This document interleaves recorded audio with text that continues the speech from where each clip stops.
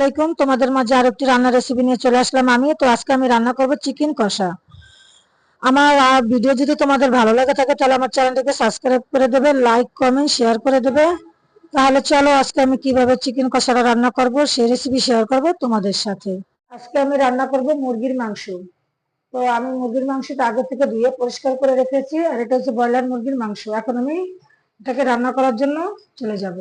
তো মুরগির মাংস রান্না করার জন্য চুলায় আমি একটি হাঁড়ি বসিয়ে দিলাম। এখন আমি দিয়ে দেবো তেল।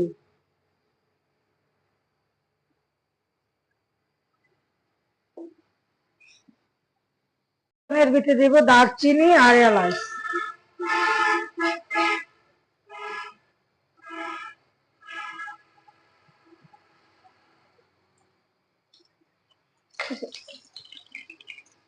এখন আমি দিয়ে দেবো পেঁয়াজ কুচি।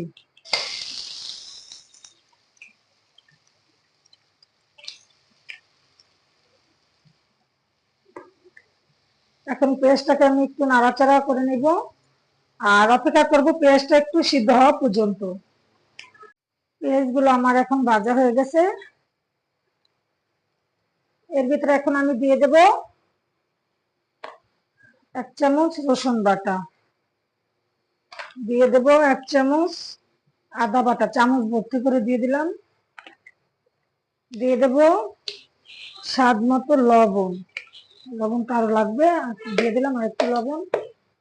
তো আমি এখন দিয়ে দেব 1 চামচ ধনিয়ার গুঁড়া, জিরার গুঁড়া সরি,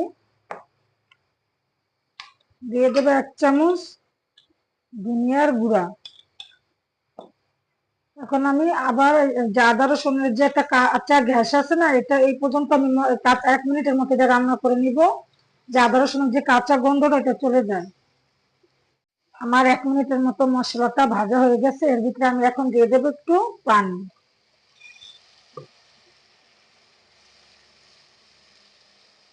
এখন এর ভিতরে দিয়ে দেবো আমি 1 চা চামচ মরিচের গুঁড়া, দিয়ে দেবো 1 চা চামচ হলুদের গুঁড়া, দিয়ে দেবো 1 চা চামচ। যাদের ব্রয়লার মুরগি একবারেই পছন্দ না, তারা এইভাবে ব্রয়লার মুরগিটা রান্না করে খাবেন, দেখবেন অনেক মজা হয়। তারপর এর ভিতরে আমি দিয়ে দেবো মশলার গুঁড়া।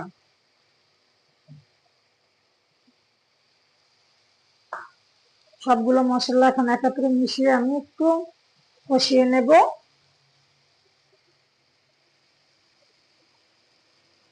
আমি একটি টমেটো কেটে রেখেছিলাম, দিয়ে দেবো। অনেকেই ব্রয়লার মুরগি ভাবো যে রান্না করার পর অনেকে বলে যে আস্তা গন্ধ আসে, এটা খেতে মজা হয় না, কিন্তু এইটি যারা ব্রয়লার মুরগির মাংসটা একেবারেই পছন্দ করে না তাদের জন্য আজকের এই ভিডিওটা। আর চেষ্টা করবে যে টমেটোটা দেওয়ার, টমেটোটা দিলে মুরগির মাংসের টেস্ট আরো বেড়ে যায়, একটু টক টক ভাবটা চলে আসে, এই কারণে খেতে অনেক মজা হয়। আর যতই আস্তে যে দারচিনি এলাচ দাও, তারপরে চেষ্টা করবো যে দারচিনি এলাচ এগুলো একটু মশলা ঘরে মানে পাটাই করে মশলাটা দেওয়ার, তাহলে মুরগিটার টেস্ট আরো বেড়ে যায়, মানে মাংস। এখন এই মশলাটা আমার কষানো হয়ে গেছে, আমি এর ভিতরে দিয়ে দেবো মুরগির মাংসটা দিয়ে দেবো। আমি গোটা মুরগিটাই নিয়েছি একবারে, তোমার পার কলিজা রান টান সব।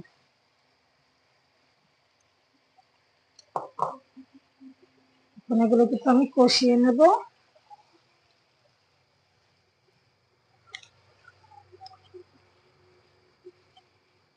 এটাকে এখন আমি ঢাকা দিয়ে কষিয়ে নেব। মাংসটাকে এভাবে ঢাকা দিয়ে 5 মিনিটের মতো কষিয়ে নেব। ফিরে আসলাম 10 মিনিট পর, দেখো মাংসটা আমার রান্না করা হয়ে গেছে। আর আমি ঝোল একবারে মাখা মাখা রাখবো, যেহেতু এটা ব্রয়লার মুরগি, এইভাবে রান্না করলে কিন্তু অনেক মজা হয়, ঝোল থাকতে ভালো লাগে না খেতে। তো এখন আমি দিয়ে দেবো এর ভিতরে ভাজা জিরার গুঁড়া।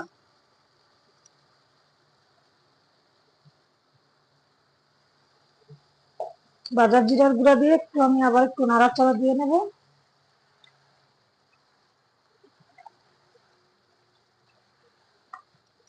এই যে আমার রান্না হয়ে গেছে।